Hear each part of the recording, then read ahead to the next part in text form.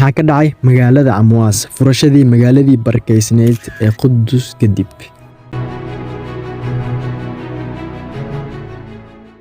sanadka marka uu ahaa 18 hijriyada halka miilaadiguna uu ahaa 640 magaalada Amwaas waxaa ka dhacay daacuun lagu magacaabo daacuunkii Amwaas.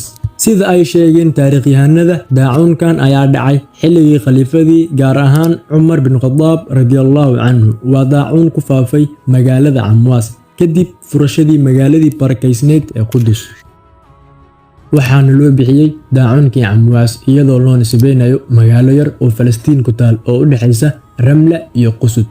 markii hore cudurka wuxuu ka soo ifbaxay magaaladaas kadibna wuxuu ku faafay si baaxad leh oo galaafsaday nolosha dad badan oo magaaladaas ku noolaa. magaalada Amwaas waxaa sanadkii 1967 burburiyay ciidamadii gumaysiga ee Yuhuudda iyadoo dadkii ku noolaa ka barakiciyay. waxay ka dhiseen beer ay ku dhiseen lacago ay ka soo ururiyeen Yuhuudii Canada waxayna u bixiyeen beerta Canada oo afka qilad lagu dhaho Canada Back. daacuunkan wuxuu sababay dhimashada 25,000 oo qof oo ay ku jiraan qaar ka mid ah saxaabadii waaweynaa sida Abu Ubayda Aamir bin Jarraax, Mucaad bin Jabal, Shuraxbiil bin Xasna, Suhayl bin Amr, Yaziid bin Abi Sufyaan, Aamir bin Gaylaan al-Thaqafi iyo kuwo kale oo badan. Allah ha ka raali noqday dhammaantood.